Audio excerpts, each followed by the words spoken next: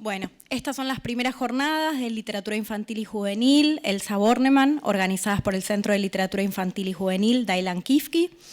Las voy a presentar a Cecilia Repetti y Ana Lucía Salgado. Empezamos. Luego les cuento un poquito del centro y el porqué de estas jornadas. Y después de esta apertura comenzamos con las distintas mesas que integran las jornadas. Gracias por acompañarnos. Cecilia Repetti es profesora en letras, editora y especialista en literatura infantil y juvenil. Trabajó en distintas editoriales, fue directora de literatura infantil y juvenil de SM Argentina, jurada de los concursos El Barco de Vapor y Gran Angular. Es miembro del comité de la Fundación El Libro y también de Alija. Formó parte del jurado del Premio Andersen en las ediciones del 2020 y 2022. Es docente de trabajos prácticos de la Cátedra Introducción a la Actividad Editorial de la carrera de edición de la UBA. Dicta distintos talleres de narrativa en literatura infantil y juvenil. Y actualmente es directora editorial de Bambalí Ediciones, la primera editorial mendocina. Vamos a empezar con Cecilia y después continuamos con Ana Lucía Salgado, quien es editora, especialista en literatura infantil y juvenil. Trabajó también en distintas editoriales, en Ediciones SM, dirigió la colección El Barco de Vapor. Es editora independiente y agente literaria de autores de literatura infantil y juvenil para el mercado local y latinoamericano. Y coordina la pasantía de práctica profesional en instituciones públicas de la carrera de edición de la UBA. Es a su vez coordinadora de la capacitación universitaria extracurricular en edición de libros infantiles y juveniles de la Universidad de Buenos Aires. Las escuchamos y continuamos. Hola, ¿qué tal? Buenos días. Se escucha perfectamente, ¿no? Bueno, aquí estamos con Ana Lucía para las aperturas de estas jornadas, de estas primeras jornadas. Pido disculpas por mi resfrío, que espero que no me pare en algún momento. Bueno, decidí que se llamara esta lectura de los orígenes a la resistencia de la Alija Argentina. Cuando me invitaron a hablar en la apertura de estas jornadas, pensé que justamente eran las primeras y que se llamaban Elsa Bornemann, una de las pioneras de la Alija Argentina. Así que, ¿qué mejor que dar un breve panorama de los inicios y de la actualidad que sirva de puntapié a los que vienen detrás de mí en el día de hoy? Si pensamos en los inicios de la LIG, tenemos algunos referentes importantes en los inicios del siglo XX. Ada María Elfrein, autora de Leyendas Argentinas para Niños, como la primera escritora nacional para la infancia. Y avanzando las décadas, antecedentes como Horacio Quiroga, Álvaro Yunque, Constancio Vigil, Conrado Nale Roxlo, Javier Villafañe, Beatriz Ferro, María Hortensia Lacó, José Murillo. Pero si les preguntara a ustedes cuándo comenzó el movimiento de la Alija Argentina, ¿a dónde iría su memoria? A María Elena Walsh, que en los años 70 dio pie a una primera generación de escritores, como Laura Devetach y una jovencísima Elsa Bornemann, además de ilustradores y editoriales. Es que la historia de la literatura LIG tiene pocas décadas, diríamos, en la Argentina. Pero bueno, también tiene pocas décadas la Convención de los Derechos de Niños y Niñas como sujetos de derecho. Y para avanzar, citó a Mario Méndez, que hizo una prolífica lista de escritores en un artículo de Bibliotecas para Armar. Igual, como siempre, las listas son arbitrarias y nos olvidamos de gente, pero bueno, por lo menos que queden algunos nombres en la memoria o que nos vayan sonando. Desde los finales de la última dictadura militar y los primeros tiempos de la democracia recuperada, surgen escritores para convertirse en lo que hoy consideramos los popes de nuestra literatura infantil. Un boom, un notable crecimiento en cuanto a calidad, cantidad, variedad de géneros, con autores y autoras como Graciela Montes, Emma Wolf, Silvia Schuher, Gustavo Roldán, Ricardo Mariño, Graciela Cabal, Perla Suez, María Teresa Andrueto, María Cristina Ramos, Graciela Pérez Aguilar, Adela Bash, Canela, Horacio Clemente, Graciela Falvo, Iris Rivera, Lilia Lardone, Lucía Arcioni, Raquel Barte, Estela Esmania, Luis María Pesete, Alma Maritano. Pablo de Santis, Marcelo Birmacher, Jorge Acame, Ana María Ayúa y otros. Fíjense qué semillero, ¿no? Y a medida que la lija argentina fue ampliando su base, también en manos de especialistas se fueron resignificando conceptos como el de autoría, por lo que hoy hablamos de escritores y de ilustradores, como coautores necesarios en cualquier libro para las infancias y adolescencias. Basta mirar la biografía de Bornemann, que se cita en el portal de Educare, de cultura.gov.ar, para también encontrar popes del lápiz y las tintas, como Ajax Barnes, Guido Bruberis, Juan Marchesi, Cristina Brusca, Carlos Nine, Wadi, Alberto Pez, O'Keeffe, Sara Cedrán, Matías Trillo y más. Bueno, y no nombramos más, porque hay muchos de primera generación. Editoriales tradicionales como Sudamericana, Norma, Aike, Altea, Alfaguara, Sigmar, Atlántide, MC, Planeta DB, Fondo de Cultura Económica, Lumen, Magisterio, Cántaro, publican a los citados, a los consagrados o a los nuevos. Surgen nuevas colecciones en editoriales nacionales medianas y pequeñas. Ediciones del Eclipse, Comunicarte, Crecer Creando, Guadal, El Gato de Ojalata, Mauta, Astralib, Pequeño Editor, ediciones del Cronopio Azul, Pictus, Gárgola, Imaginador, Abraham Cancha.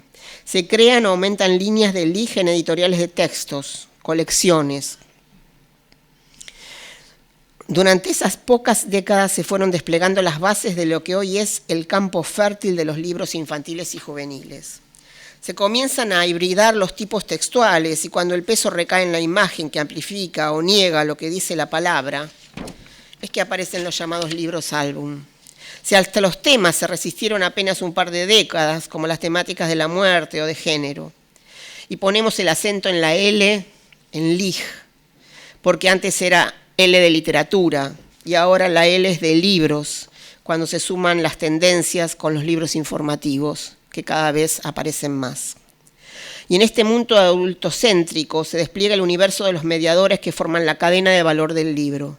Desde los autores de primera, segunda, tercera generación, pasando por editores y libreros, aparecen otros que parecían ocultos, pero no tanto, los mediadores.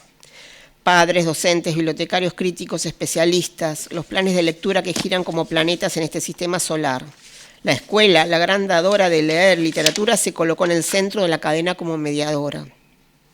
Y al final de todo el arco, como reza el lema de la Feria Internacional del Libro de Buenos Aires, del autor al lector, podemos hablar del autor al sujeto lector, niño, niña, adolescente. Y si sumamos a la juventud que lee, trae consigo a otros mediadores pares, los bookfluencers bajo el ala de las redes. Ahora bien, crecimos orgullosos, pero lidiamos con realidades fuertes. Basta pensar en todas las estrategias que los actores sostenemos desde la crisis de hace algunos años, que se acentuaron en pandemia y continúan hoy. Pido disculpas, pero ahora me paro necesariamente en el lugar que me es afín, el de editora, ya que la alegría de vivir en un país que me permitió conocer y publicar innumerables escritores e ilustradores y trabajar con diseñadores, correctores y demás, y charlar con mediadores también, no puedo ocultar la contracara. Justamente ahora vengo de este último fin de semana de estar en el Congreso de Libreros, Libreras, Editoras y Editoras en La Rioja, que hizo la Cámara Argentina del Libro, y hicimos un repaso lógicamente de la situación que vivimos. Una problemática que tenemos hoy, un factor impensado desde hace 2 años, el precio del papel y su desabastecimiento, que impactan directo en costos industriales que suben de manera astronómica, que hace imposible recuperar la inversión a la hora de reimprimir, que cualquier plan editorial de novedades se achica a un promedio de 5 a 10 novedades anuales, con tiradas bajísimas de 500 a 1000 ejemplares. Ni hablemos de la competencia de PDFs truchos o las deslealtades comerciales de ciertas plataformas de mercado. Recordemos por favor lo que dice Pierre Bourdieu: los bienes simbólicos como los libros son una realidad de 2 caras, una mercancía y un objeto cultural. Pero para que circulen hay que venderlos. Para hacer novedades tengo que vender mi fondo primero, y les aseguro que los libros no están caros, como se dice habitualmente, o como más de una vez me han dicho una vez que se han enterado que era editora. Y si a alguno le interesa puede ir a mis redes, a Instagram, donde en mi último posteo, mi Instagram es _repeti, puse los 2 gráficos, porque no los encontré en la cámara del libro, los 2 gráficos, uno que hablan del los costos del libro, y otro que habla del precio de venta al público, cómo está constituido, cómo se constituye ese precio.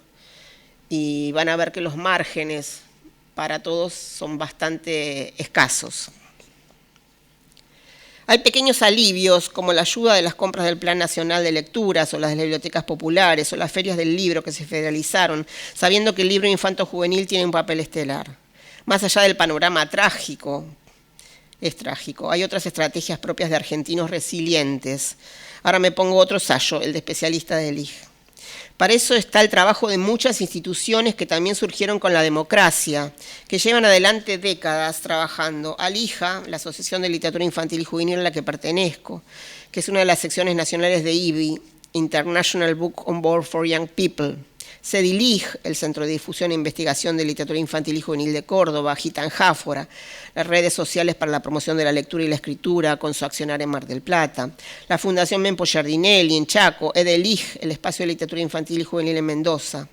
No nos olvidamos de ADA, la Asociación de Dibujantes de la Argentina, que hace muestras y envía ilustradores a que nos representen en la Bienal de Bratislava. El colectivo LIJ, Colectivo de Literatura Infantil y Juvenil, tiene el objetivo de concientizar sobre diversas problemáticas y trabaja por la lucha de los derechos de los escritores. Podemos citar seminarios, congresos, talleres, festivales a lo largo y a lo ancho del país, como el Filvita o el que realiza la Fundación Leer. Hay acciones del sector infantil de la Biblioteca del Congreso, el programa de Bibliotecas para Armar de la Ciudad de Buenos Aires, las capacitaciones a los futuros mediadores de LIJ en profesorados y universidades, como la maestría en literatura para niños de la Facultad de Humanidades y Artes de la Universidad Nacional de Rosario, en Santa Fe, o el diploma de estudios avanzados en literatura infantil y juvenil, dependiente de la Universidad de San Martín, en provincia de Buenos Aires. Y cito la propuesta de formación de extensión, la cito nada más, San Lucía, de la Facultad de Filosofía y Letras de la Universidad de Buenos Aires, edición de libros infantiles y juveniles, que después va a hablar mi compañera, orgullosa de esta capacitación, al que mando a más de un compañero a que la haga. Y así vamos viendo cómo va creciendo este campo, con todas las acciones que cada uno de nosotros hacemos. De los premios nacionales, ALIJA entrega los destacados a la mejor producción del año anterior, y desde hace pocos años instauró un premio muy querido entre las editoriales socias, que se llaman los favoritos de los lectores, en el que se reparten libros a las escuelas de todo el país. El año pasado llegamos a la Antártida, a una escuela de Antártida, y a Humahuaca, por supuesto. Y los mismos lectores eligen a sus favoritos, con talleres para los docentes mediadores y visitas de autores. Sumemos los premios Pregonero, que da la Fundación El Libro, los esporádicos CONEX, los que otorga ADA o la Hormiguita Viajera, que da la Biblioteca Popular Madre Teresa de Virrey del Pino. Los premios internacionales, si bien no ayudan a las traducciones en otros países, doy fe de eso, es muy difícil que aparezcan ediciones de libros argentinos en otras casas de cualquier país de afuera, pero son una perfecta vidriera y cada vez tenemos más. ALIJA candidatea a premios internacionales, como el premio Hans Christian Andersen, y en un hecho inédito, en el 2022, por ejemplo, Gusti como ilustrador y María Cristina Ramos como escritora, ambos argentinos llegaron a la shortlist entre 6 editores y 6 ilustradores. Quien habla también, bueno, acá me nombraron, fui jurado en 2020, 2022 de dicho premio, en una larga lista de jurados que candidateó a ALIJA, que empezó con Alicia Salvi, Nora Elías Ormani, Lola Rubio, yo y ahora hay otra compañera, lo cual da cuenta de la forma en que nos vamos especializando, porque somos entre 10 jurados de todas partes del mundo, sin embargo siguen eligiendo jurados de Argentina.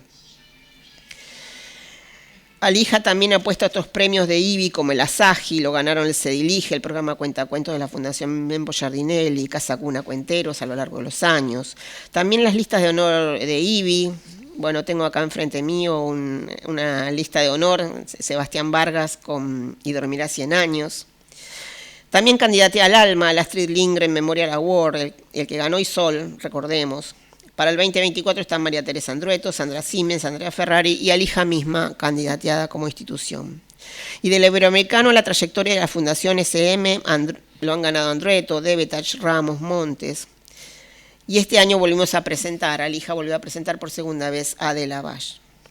Hay otros premios a libros que envían las editoriales, y esto es para si hay alguna editorial esté presente o sepa, porque no todas las veces se conocen a dónde podemos mandar libros, como el White Ravens, los mejores libros para niños y jóvenes del Banco del Libro de Venezuela, o la Fundación de Miami Cuatro Gatos.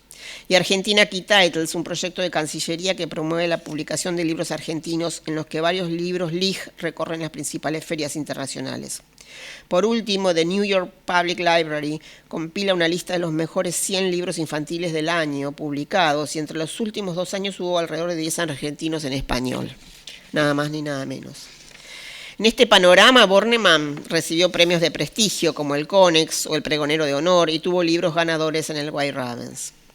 Repito, a las vicisitudes a las que estamos acostumbrados con crisis a repetición, no hay sector que, aunque esté luchando codo a codo con la realidad, no sepa que está ampliando el campo de la LIG argentino. Es que aunque se resista o se achique, nunca da 3 pasos para atrás como María La Paz, a lo sumo para un costado o para el otro, pero mira siempre adelante o genera nuevas jornadas como esta que hoy nos convoca. Cierro con una dedicatoria del libro Los mejores cuentos y poesías de Elsa Bornemann. De libros hay un montón, y este libro no es mandón. Aunque andaría encantado de estar un tiempo a tu lado, solo quiero ser leído si no te resulta aburrido. Por eso, si en la semana no te despierta la gana de leerlo de un tirón, busca otro en el montón, y a este, como a lentejas que no te gustan, lo dejas. ¿En qué montón?, les pregunto yo. ¿En qué montón podemos buscar? En el montón de libros LIG que nuestro país tiene para darnos desde la primera hora de su historia. Muchas gracias.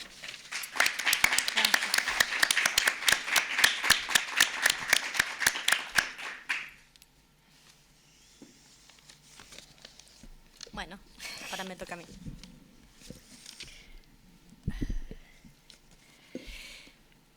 Buenos días a todos. ¿Ahí se escucha? Sí, perfecto. Bueno.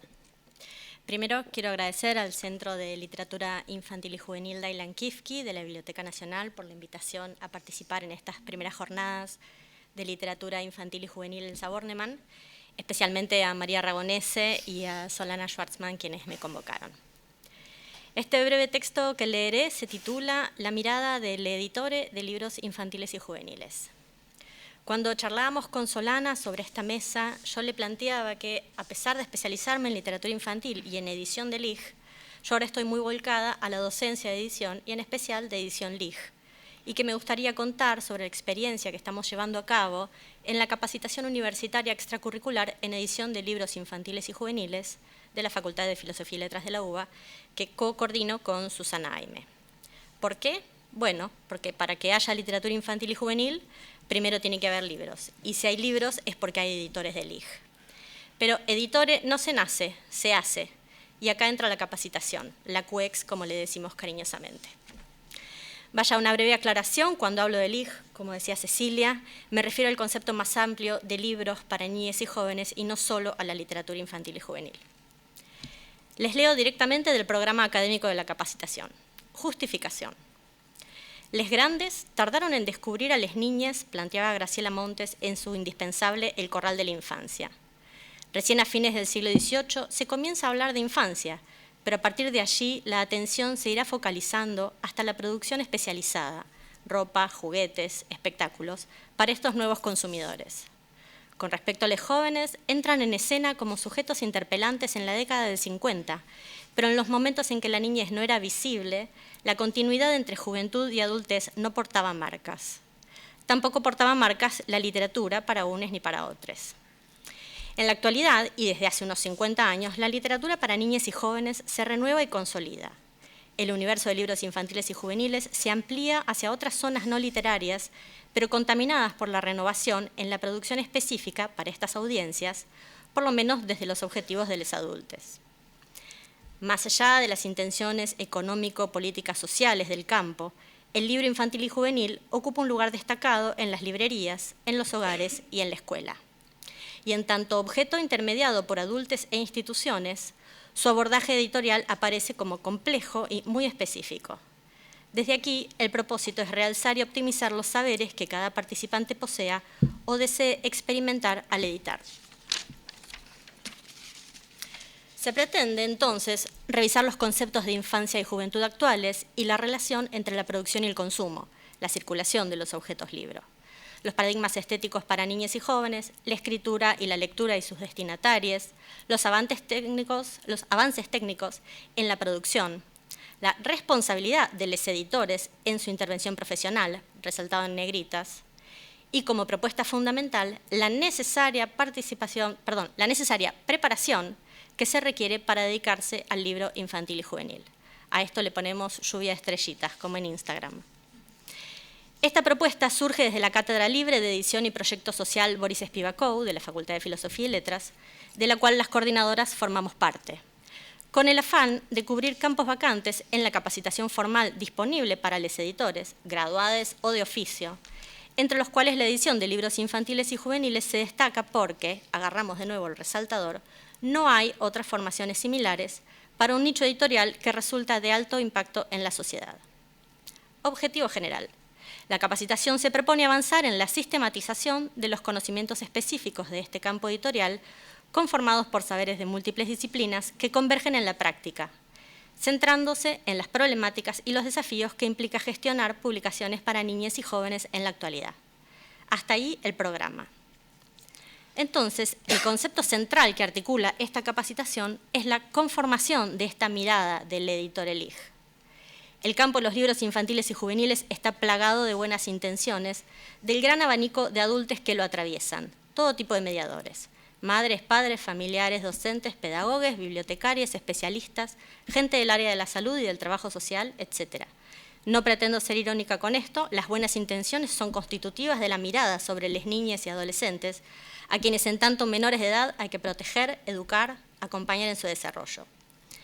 Pero muchas veces esta mirada impone un montón de cuestiones cuestionables sobre estos libros y su deber ser. Es la tensión entre lo estético y lo formativo que María Delia Díaz Renner caracterizaba en su libro Cara y Cruz de la literatura infantil de 1998 con el término de intrusiones pedagógicas, al referirse a esos abordajes de la literatura desde miradas que la ponen al servicio de factores psicoevolutivos y que la someten a necesidades didácticas o a usos moralizadores.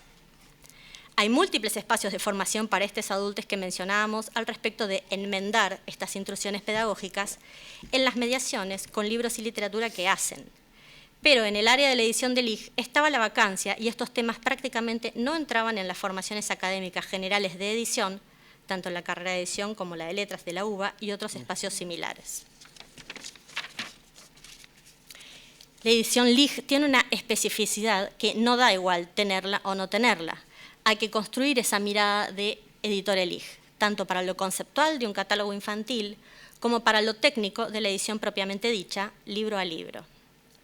Hay que aprender a ponerse los anteojos de editores si vamos a hacer libros, que no es lo mismo que escribir libros, ni ilustrarlos, ni diseñarlos, ni enseñarlos, ni mediarlos. Es una mirada diferente e incluso más abarcadora la necesaria. Y no es una mirada que se forme solo con el oficio, con el hacer. Entonces es que pensamos un formato para trabajar la construcción de esa mirada específica y armamos la capacitación. Nuestra propuesta de pensar los criterios de la pertinencia conceptual y material específicos de los LIG e intentar desarmar los mitos, los prejuicios consolidados, esas intrusiones que nos atraviesan y atraviesan a las producciones dedicadas a las infancias.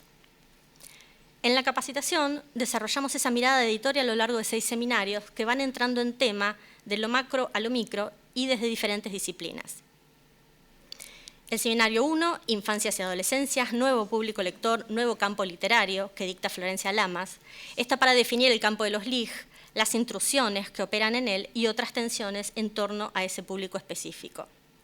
El seminario 2, Tipologías de los libros infantiles y juveniles, que dicta Francisco Gorostiaga, está para presentar el contexto histórico y el panorama actual de la edición LIG, definir los criterios de pertinencia conceptual, la intención formativa, la perspectiva de derechos, la desnaturalización en el tratamiento de temas, la corrección política, los estereotipos, los temas tabú, los supuestos de simplicidad, el rango etario, definir los criterios de pertinencia material, desde las tipologías, géneros, formatos y soportes, y también pensar el catálogo como identidad.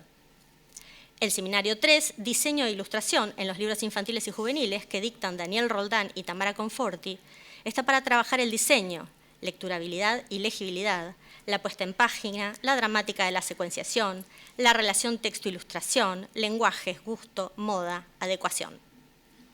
El seminario 4, la edición de los libros infantiles y juveniles propiamente dicha, que dicto yo, está para la caracterización del proyecto y sus definiciones conceptuales y materiales. Circuito de edición, actores, cronograma, presupuesto. Aplicación en el editing de los criterios de pertinencia, el trabajo textual, soporte físico, puesta en página, microediting, unidades de lectura, silueta de párrafo, uso de mayúsculas, etc.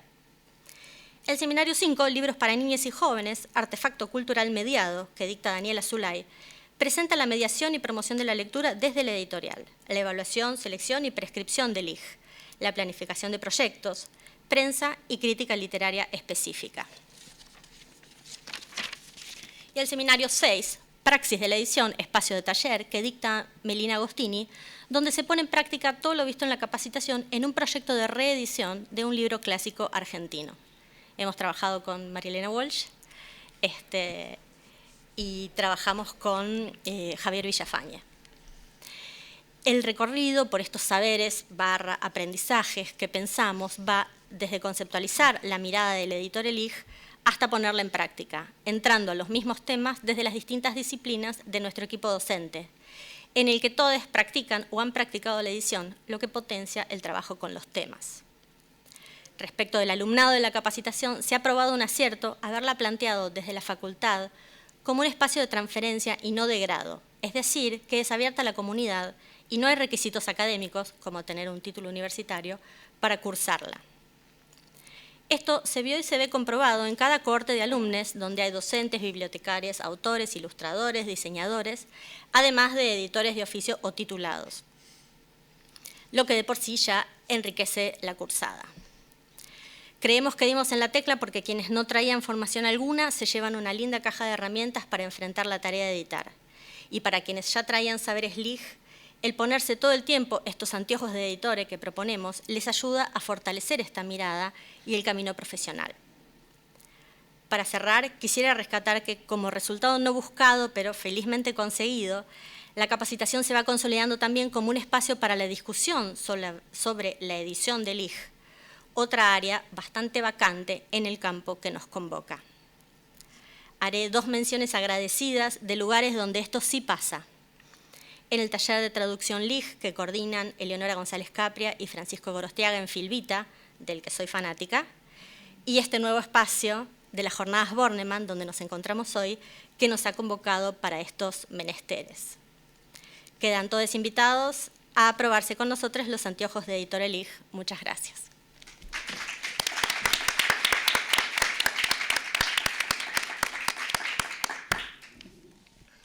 Bueno, muchísimas gracias. Gracias. Si les parece, les cuento un poco sobre el Centro de Literatura Infantil y Juvenil en la biblioteca, desde donde organizamos estas jornadas, un poco las ideas de las jornadas y después abrimos por lo menos unos minutos, si nos quedan, al diálogo. El Centro de Literatura Infantil y Juvenil Dailan Kifki de la biblioteca se constituye en el 2021, pandemia de por medio, es decir, que tiene no mucho tiempo. Retomando una idea así de la anterior gestión, pero con la propuesta de armar un nuevo camino para este centro. Es un centro que depende de la Dirección de Cultura de la biblioteca y que yo tengo el placer de coordinar, pero que apunta a ser no solo un centro cultural, aunque también esto, sino también a ser biblioteca, acervo y archivo. Y ahora me voy a detener un poquito en esto. Lo primero que pensamos cuando comenzamos a pensar en este centro fue las 2 direcciones en donde se podía trabajar. Por un lado, la búsqueda de acercar los chicos a la literatura y la literatura a los chicos. Ustedes saben que en general existen las bibliotecas nacionales de casi diría de todo el mundo, un espacio para los chicos. Uno puede pensar en la Biblioteca Pública de Nueva York, en Oslo, pero también en bibliotecas provinciales de nuestro país existe esto. Un ejemplo es la Biblioteca Provincial de Salta, Victorino de la Plaza, que tiene un espacio para chicos y donde me consta, los chicos y chicas se reúnen ahí después de la escuela, es un espacio de contención y con distintas propuestas y convocatoria que verdaderamente convoca a los chicos y chicas. Esto por un lado, y por el otro camino, desarrollar una serie de herramientas para mediadores, bibliotecarios, investigadores, maestros e interesados. Y hacia ahí vamos con estas jornadas. Dentro de estas dos direcciones, digamos, se desprenden, bueno, un montón, pero me voy a detener en algunos ejes de trabajo y que sostienen a este centro. Por un lado, nos propusimos conformar una biblioteca específica de literatura infantil y juvenil, porque ustedes saben, está el catálogo general con libros, por supuesto, de literatura infantil y juvenil, pero no hay un catálogo específico. Esto es algo para hacerse y en lo que estamos trabajando. Por un lado, entonces un catálogo específico con libros que forman parte ya de nuestro patrimonio y también con algunos faltantes, identificar los faltantes para completar este patrimonio y también armar una biblioteca específica, pero ya no que forme parte del catálogo general, sino pensándolo para chicos y chicas que lo puedan manipular y sin las mediaciones que conocemos y a las que nos enfrentamos los que trabajamos con nuestro patrimonio, ciertos cuidados especiales que se tienen que tener. Por otro lado, buscamos ciertas actividades de promoción de la lectura para niños y para jóvenes, en esto estamos trabajando, buscamos que sean actividades siempre con una entrada libre y gratuita y actividades que apunten a chicos, pero también a adultos, actividades para la familia, sin esta división tan tajante. Hacia eso vamos y en eso estamos trabajando. Ya han venido Isol, Ana María Yúa, Nicolás Yuf, Mariana Ruiz Johnson y seguiremos con esto. Si bien era algo que desde la biblioteca ya se venía trabajando, pero a lo que necesitamos continuar y apuntalar, digamos. Convocar a los chicos a la biblioteca. Pero buscamos también y trabajamos también en armar un archivo de literatura infantil y juvenil. Para esto promovemos, y no está de más decirlo porque también necesitamos que esto se conozca, donaciones y convenios, y también la puesta en valor de nuestro patrimonio. Por ejemplo, Cecilia nombró a Álvaro Yunque y están los materiales de Álvaro Yunque en la biblioteca, en el archivo, en el Departamento de Archivos y Colecciones de la biblioteca, y son materiales que quizás son poco conocidos y que los tenemos acá en la biblioteca y que necesitan también una puesta en valor. Y por otro lado, buscamos que sea también un espacio de encuentro. Como les decía, con herramientas para bibliotecarios, para mediadores, para interesados, para escritores. Buscamos dialogar con distintas instituciones, en este sentido me parecía que era necesario y queríamos la riqueza de abrir estas jornadas, que Cecilia nos cuente, bueno, ambas desde el lugar, los anteojos del editore, como decías, pero también desde Alija, Cecilia, Ana Lucía desde la capacitación en la UBA, nombraron a Filvita. Bueno, buscamos esto, somos conscientes de que hay mucho por hacer, mucho trabajo por hacer. Es un centro que está en construcción, un espacio, yo diría, vivo y abierto, y conscientes de que hay mucho por hacer, y en este sentido es que armamos estas primeras jornadas. Les agradecemos que estén acá y esperemos que continúen a lo largo de los años. ¿Y por qué estas jornadas? ¿Por qué las jornadas Elsa Bornemann? ¿Por qué las llamamos así? ¿En qué pensamos? Bueno, por un lado se cumplen 10 años del fallecimiento de Elsa Bornemann, en mayo del 2013. Pero además de esto, y que en este sentido fue una oportunidad, cuando las chicas me propusieron armar estas jornadas, Eugenia y María, bueno, acababa de nacer mi segunda hija, así que no tenía mucha cabeza, reconozco, pero enseguida les dije que sí, porque buscábamos, como les decía, buscamos que sea un espacio de encuentro, buscábamos armar unas primeras jornadas de literatura infantil y juvenil, invitando, van a ver que a lo largo de las mesas hay invitados de distintos espacios. Quizás faltan un poco escritores de literatura infantil y juvenil, ya también para hablar sobre estos temas, acá lo veo a Vargas, también es necesario esto, es lo que buscamos. Pero pensamos en Elsa Bornemann además, porque tiene la característica particular, además de la gran escritora que es, del lugar que tiene en el campo editorial, solo comparable quizás a María Elena Walsh, que le da el nombre a nuestro centro, Daylan Kifke, porque es una escritora con una enorme variedad de facetas.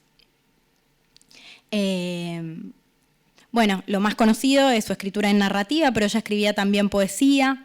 Fue también traductora del alemán, el portugués y el inglés, si no me equivoco. Estas facetas son menos conocidas.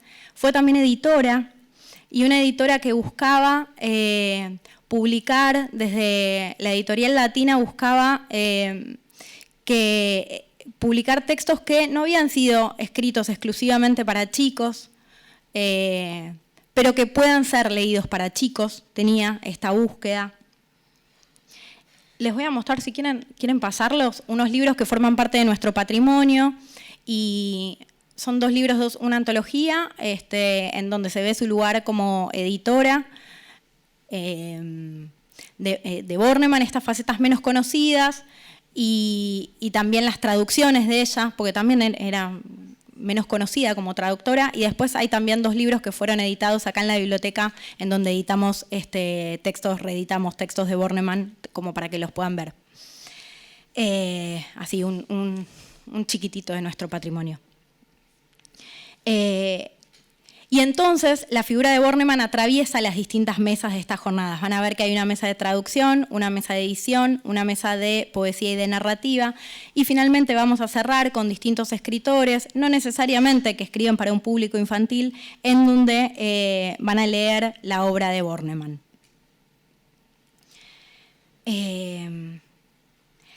Y algo pasa con Bornemann, que es que uno no se la olvida. Creo que, bueno, no sé si todos, pero todos creo la leímos.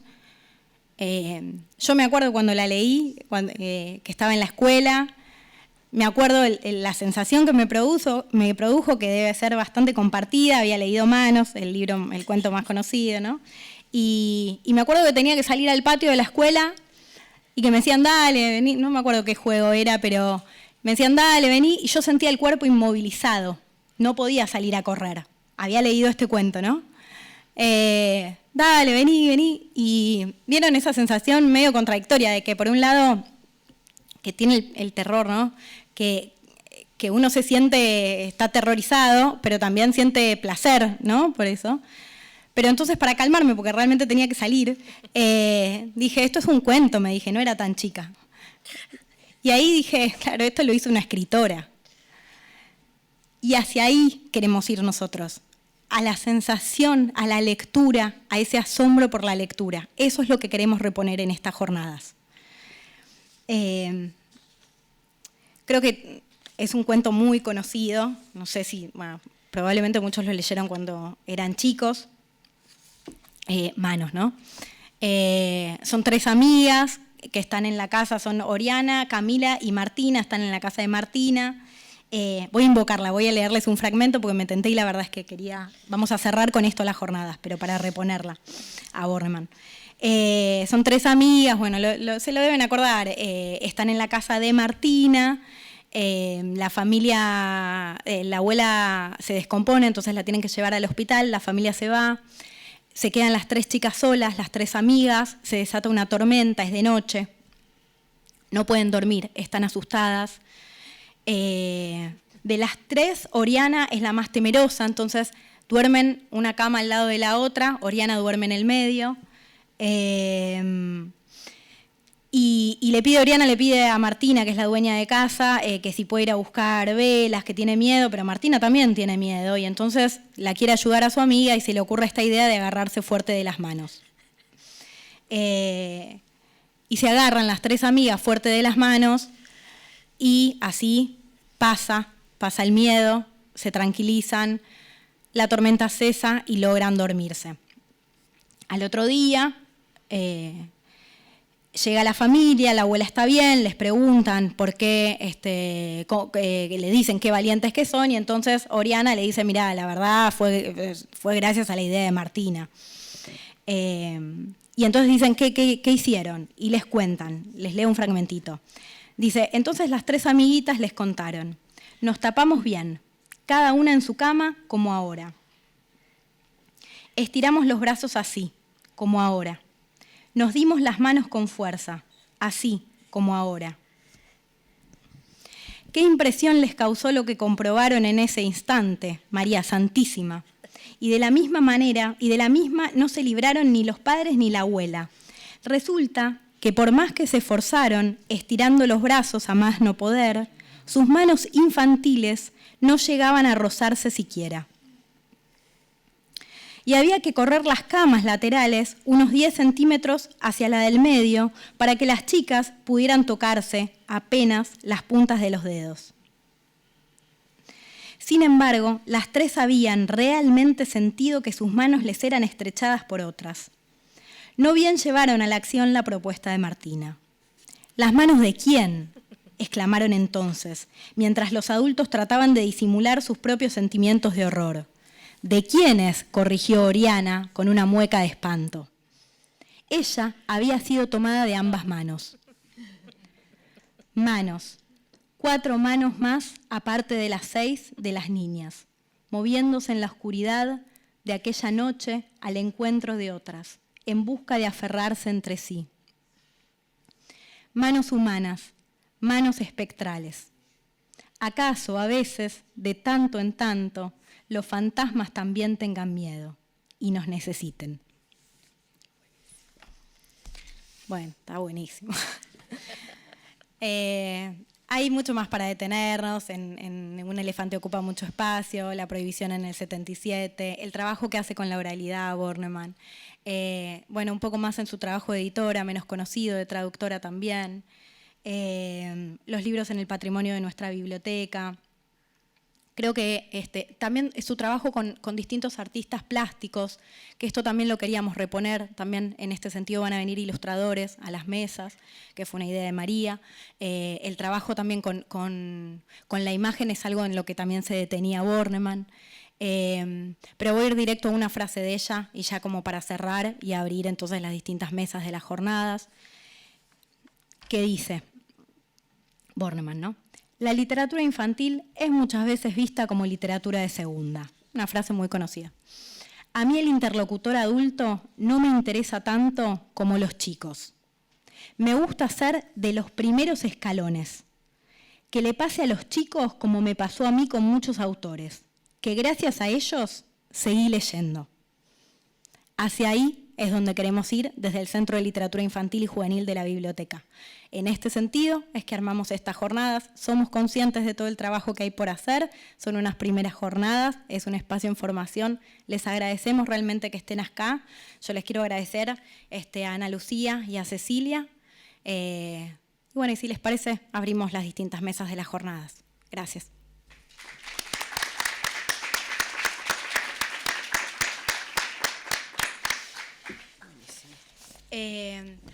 Si les parece, seguimos con la mesa entonces de traducción y hacemos una pausita de 10 minutos como para un pequeño descanso. Y vamos a tenemos una grabación de Liliana Colanzi hablando sobre la influencia de Bornemann en su obra, que está muy bueno, pero lo vamos a dejar para el final, así que ahí volvemos a invocar a Bornemann. Hacemos 10 minutos de pausa y enseguida arrancamos con la mesa de traducción. Gracias. ¿Oído una palabra? Sí, yo soy la hermana del sabor de Mamá Margarita. Bueno. Les agradezco a todos, me emociona mucho por todo lo que hablaron. Bueno, no sé qué decir. El primer libro que escribió fue a los 14 años, se llamaba Tinque Tinque, y se lo dedicó a mi mamá. ¿Y ustedes saben cómo se llamaba mi mamá? Blanca Nieves, por eso él se escribía. Blanca Nieves para mi mamá, Blanca Nieves Fernández de Bornemann, quien nutrió mi infancia con poesía. Eso les quería decir. Y además, yo estoy visitando escuelas, estuve trabajando acá, leyendo, con Flavia y con Noelia. Sí, me hablé de vos. Sí. Más de 300 escuelas fui. Siento que recibí un legado. Yo soy psicóloga y cerré el consultorio porque me empezaron a llamar y me dijeron, ¿tenés algo que ver con Elsa Bornemann? Sí, soy la hermana. Ay, ¿no podrías venir a la escuela? Sí, cómo no. Entonces, mi voz es el puente entre la obra de ella y la gente. Y le leo el puente que ella escribió. No estaba preparado. En el libro de los chicos enamorados, ella escribió puentes. Yo dibujo puentes para que me encuentres. Un puente de tela con mis acuarelas. Un puente colgante con tiza brillante. Puentes de madera con lápiz de cera. Puentes levadizo, plateados, corrizos. Puentes irrompibles, de piedra, invisibles. Y tú, ¿quién creyeras? No los ves siquiera. Hago 100, 10, 1, no cruzas ninguno. Mas como te quiero, dibujo y espero. Bellos puentes para que me encuentres. Gracias.